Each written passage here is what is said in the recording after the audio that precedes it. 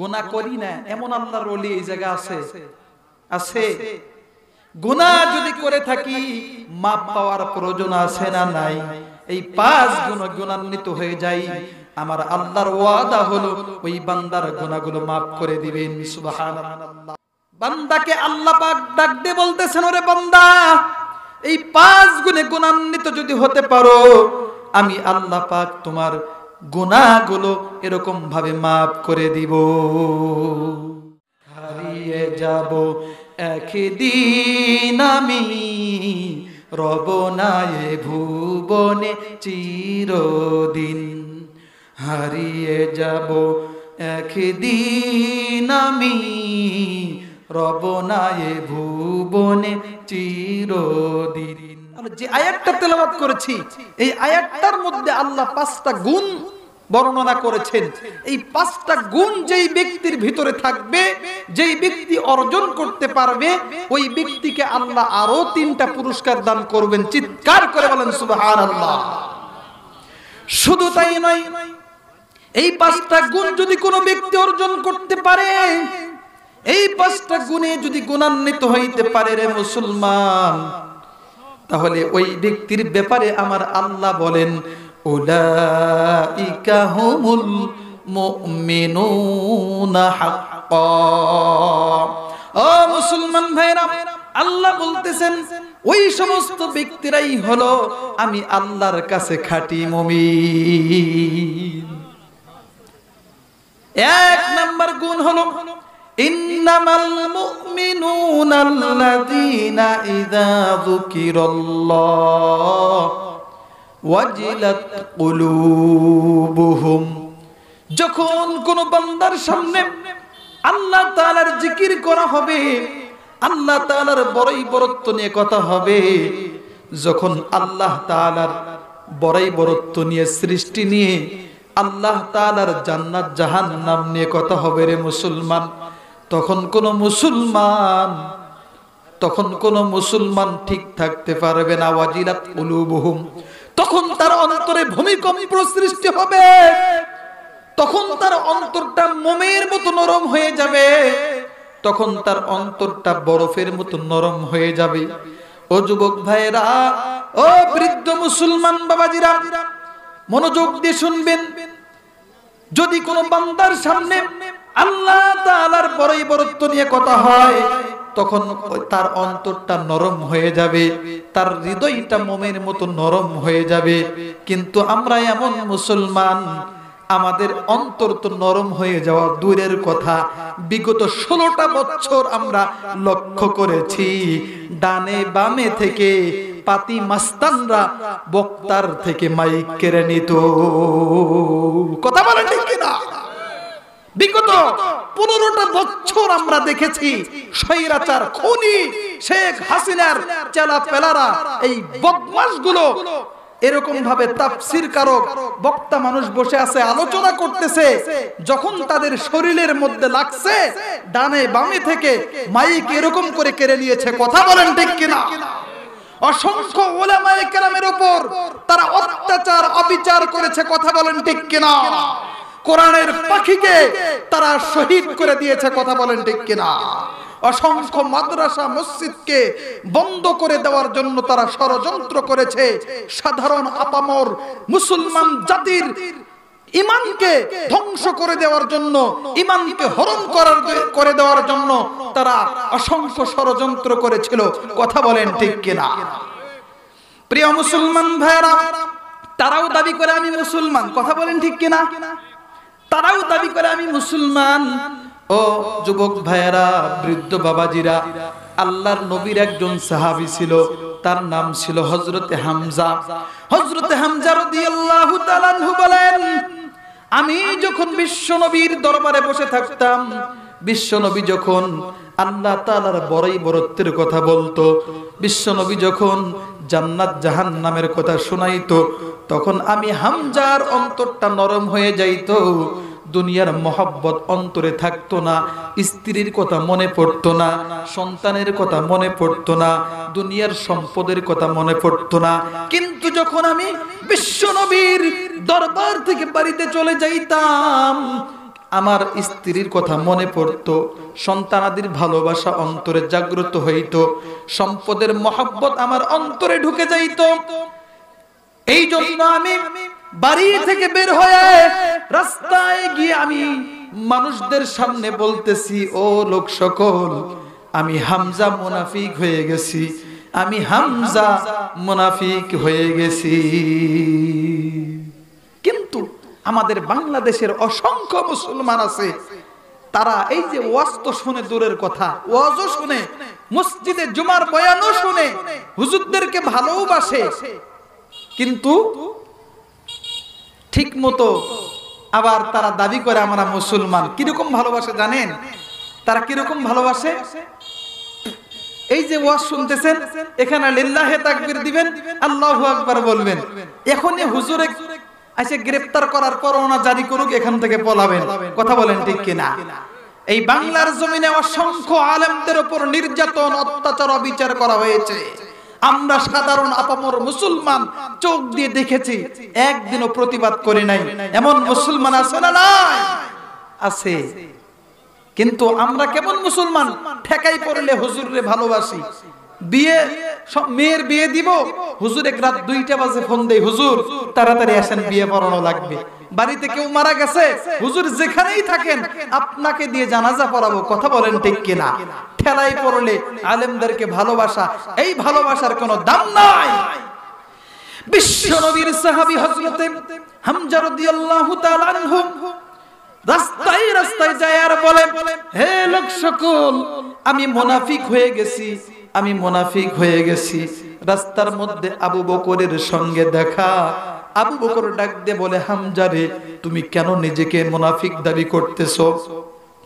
হযরতে হামজা রাদিয়াল্লাহু তাআলা আনহু আবু বকরকে বলে, আবু বকর রে, আমি যখন বিশ্বনবীর দরবারে থাকি, বিশ্বনবী যখন জান্নাত জাহান্নামের কথাগুলো শোনায়, বিশ্বনবী যখন আল্লাহ তাআলার বড়াই বরত্বের কথা বলে, আমি হামজার হৃদয়টা নরম হয়ে যায়, আমি হামজার অন্তরটা মোমের মতো গলে যায়।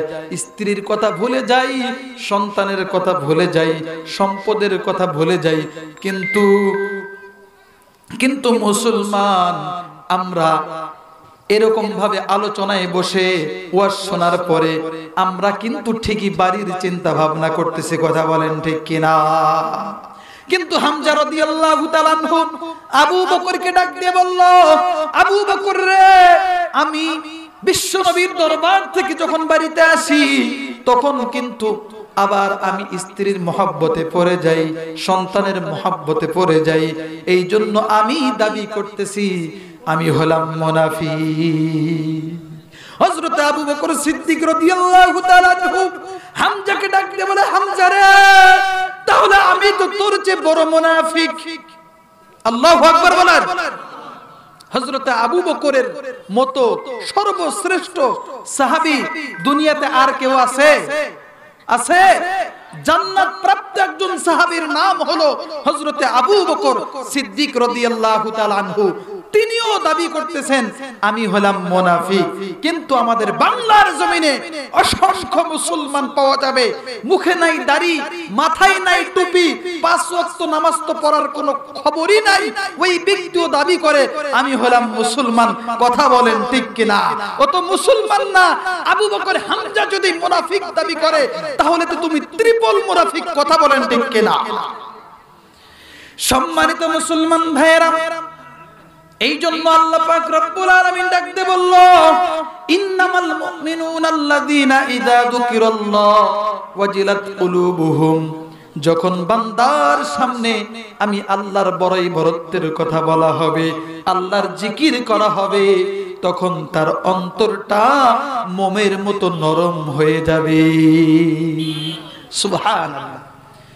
ও মুসলমান ভাইরা আমার, 2 নাম্বার গুণ হলো وَإِذَا تُلِيَتْ عَلَيْهِمْ آيَاتُهُ زَادَتْهُمْ إِيمَانًا।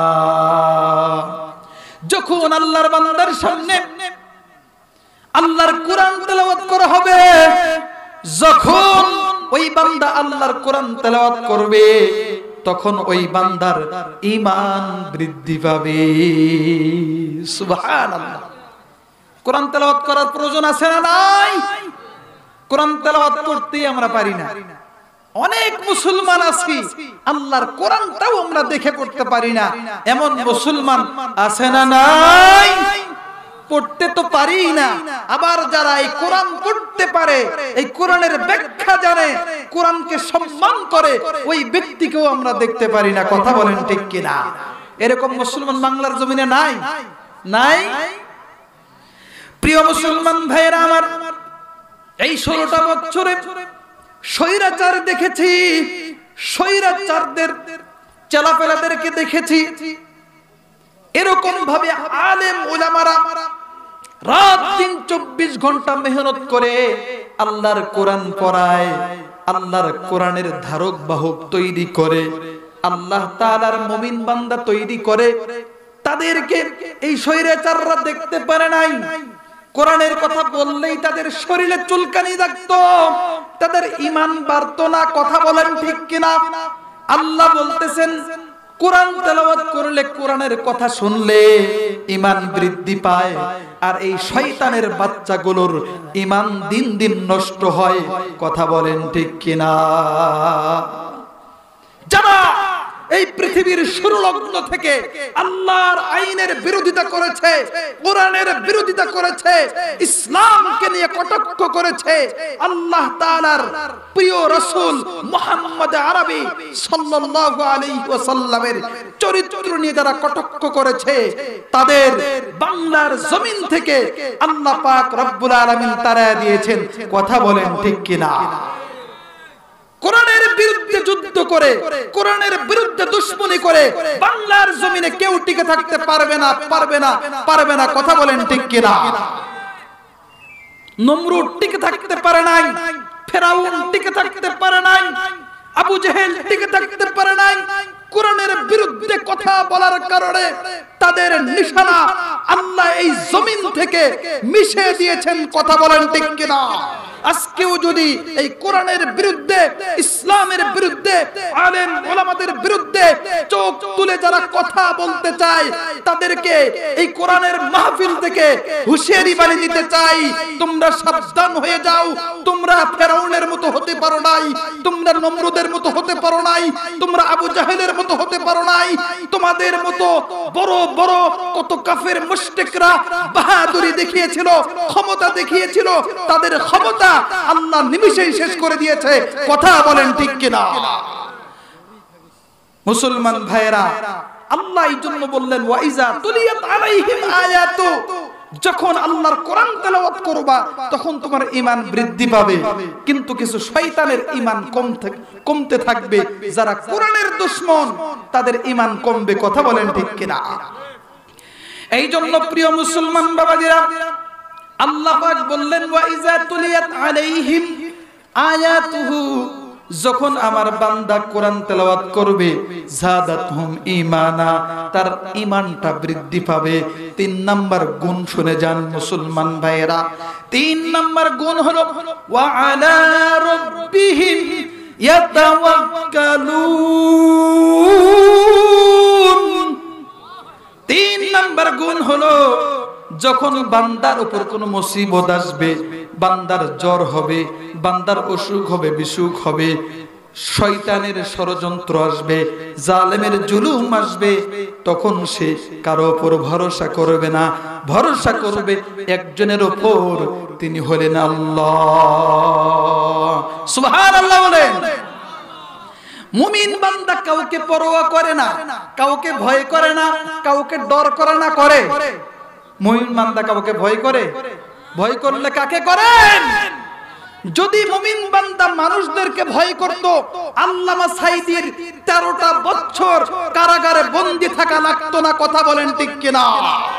যদি আলেম ওলামারা, কোরআনের বন্ধুরা, কোরআনের আশিকরা, ইসলামের বন্ধুরা আল্লাহ ছাড়া কোন মাখলুককে ভয় করত, তারা জেলখানার মধ্যে বছরকে বছর কারাবদ্ধ থাকতো না।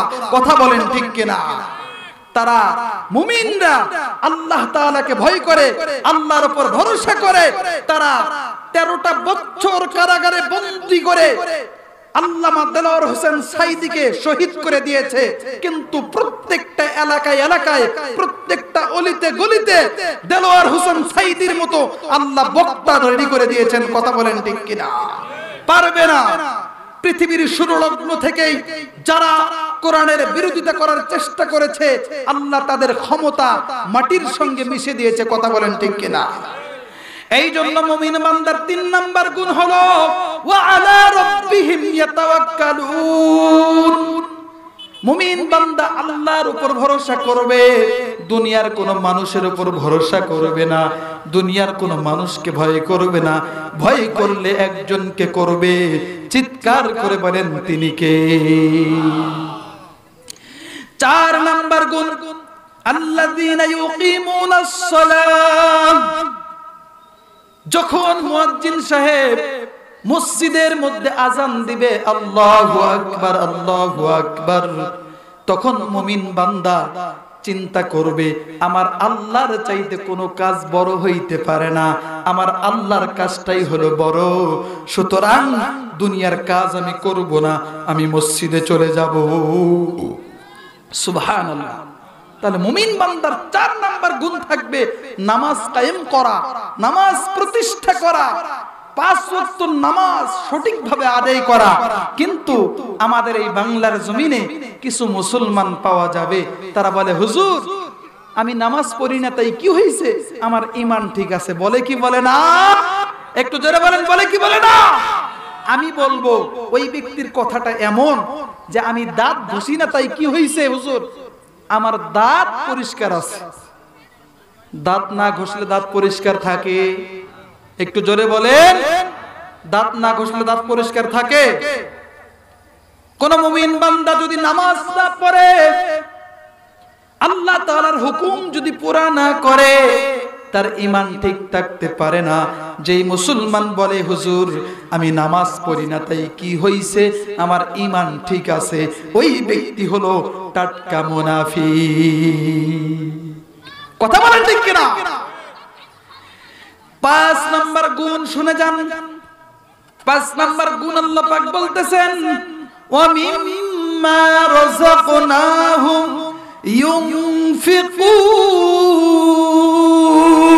ইউনফিকুন। 5 নাম্বার গুণ হলো আমার বান্দাদেরকে আমি আল্লাহ সম্পদ দান করেছি, এই সম্পদ থেকে মাঝে মধ্যে আমি আল্লাহর রাস্তায় দান করবে। সুবহানাল্লাহ। তাহলে 5টা গুণ আপনারা অর্জন করতে রাজি আছেন তো ইনশাআল্লাহ? কারা কারা রাজি আছেন? দুই হাত তুলে আল্লাহকে দেখা, লিল্লাহি তাকবীর, হাত নামান। এই 5টা গুণে গুণান্বিত যারা হবে, এই 5টা গুণে গুণান্বিত যারা হবে তাদেরকে আল্লাহ পাক 3টা পুরস্কার দান করবেন। 1 নাম্বার পুরস্কার হলো লাহুম দারাজাতুন ইনদা রাব্বিহিম। আল্লাহ তাআলা দুনিয়াতে তার সম্মান বাড়ায়া দিবে। সম্মান চাই কি চাই না? আচ্ছা বলেন তো দেখি, সবকিছুই কিনতে পাওয়া যায়, সম্মান কিনতে পাওয়া যায়? আপনাদের এই বড় কমলাবাড়ি বাজার সামনে বাজারে যায় দোকানদারকে বলেন তো দেখি যে দোকানদার সাহেব আপনাকে 200 টাকা দিচ্ছে, আমাকে 1 কেজি সম্মান দেন, দিবে? বলেন তো দেখি দিবে? এই 5 গুণে গুণান্বিত হয়ে যান। আমার আল্লাহর ওয়াদা হলো লাহুম দারাজাতুন ইনদা রাব্বিহিম। আমি আল্লাহ তাআলা তোমার সম্মান বাড়ায়া দিব, আমি আল্লাহ তোমার সম্মানের কোনো কমতি রাখবো না, আমি আল্লাহই তোমারে সম্মানিত করে দিব। 2 নাম্বার পুরস্কার হলো ওয়া মাগফিরাতুন। বান্দাকে আল্লাহ পাক ডাক দিয়ে বলতেছেন ওরে বান্দা এই 5 গুণে গুণান্বিত যদি হতে পারো, আমি আল্লাহ পাক তোমার গুনাহগুলো এরকম ভাবে maaf করে দিব। গুনাহ করি না এমন আল্লাহর ওলি এই জায়গা আছে? আছে? গুনাহ যদি করে থাকি maaf পাওয়ার প্রয়োজন আছে না নাই? এই 5 গুণ গুণান্বিত হয়ে যাই, আমার আল্লাহর ওয়াদা হলো ওই বান্দার গুনাহগুলো maaf করে দিবেন। সুবহানাল্লাহ। 3 নাম্বার পুরস্কার হলো ওয়া রিজকুন কারীম। আল্লাহ পাক রব্বুল আলামিন আপনাকে আমাকে এমন একটা রিজিক দান করবেন যেই রিজিকের মধ্যে কোনো ভেজাল নাই। কিন্তু আমরা বাংলাদেশের মুসলমান সুদ খায়া রিজিক অর্জন করি, ঘুষ খায়া রিজিক অর্জন করি, অসংখ্য এতিমদের সম্পদ আমরা লুণ্ঠন করি। কথা বলেন ঠিক কিনা?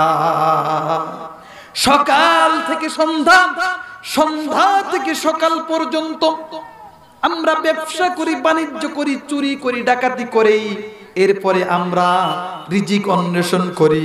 কিন্তু আমার আল্লাহ বললেন, ওরে বান্দা, তোমার কোনো টেনশন নাই, তোমার কোনো ভয় নাই, তোমার কোনো পেরেশানি নাই। এই 5টা গুণ অর্জন করো, আমি আল্লাহ তোমারে হালাল রিজিক, পবিত্র রিজিক আমি আল্লাহ তোমারে দান করব। চিৎকার করে বলেন সুবহানাল্লাহ। হারিয়ে যাব একদিন আমি, রব না এ ভুবনে চিরদিন। হারিয়ে যাব একদিন আমি, রব না এ ভুবনে চিরদিন। ক্ষমা করে দিও তোমরা আমায়, ক্ষমা করে দিও তোমরা আমায়, ভুল করে থাকি যদি কোনো দিন। হারিয়ে যাব একদিন আমি, রব না এ ভুবনে চিরদিন। বাসবাগানে বা গোরস্থানে হয়তো বা দিবে মোরে কবর, তোমরা আমায় যাবে ভুলে, তোমরা আমায় যাবে ভুলে, রাখবে না জানি কোনো খবর। পড়বে কি মনে আমার কথা, ফেলবে কি অশ্রু কোনো দিন। হারিয়ে যাব একদিন আমি, রব না এ ভুবনে চিরদিন। সবার কাছে বিদায় নিচ্ছি। আমার নাম হলো হাফেজ মাওলানা শাহজালাল হুসাইন আবেদী, বাড়ি আমার ডালিয়া নীলফামারী। সবাই আমার জন্য দোয়া করবেন, আল্লাহ পাক যেন আমাকে কোরআনের ময়দানে ইখলাসের সাথে দ্বীনের দাঈ হিসেবে কবুল করেন। পাশাপাশি আপনাদের জন্য দোয়া করছি, আল্লাহ পাক যেন আপনাদের সকলকে এই 5টা গুণ অর্জন করে প্রকৃত মুমিন হয়ে আল্লাহর পক্ষ থেকে 3টা পুরস্কার অর্জন করার তৌফিক দান করেন। আমিন। ওয়া আখিরু দাওয়ানা আলহামদুলিল্লাহি রাব্বিল আলামিন।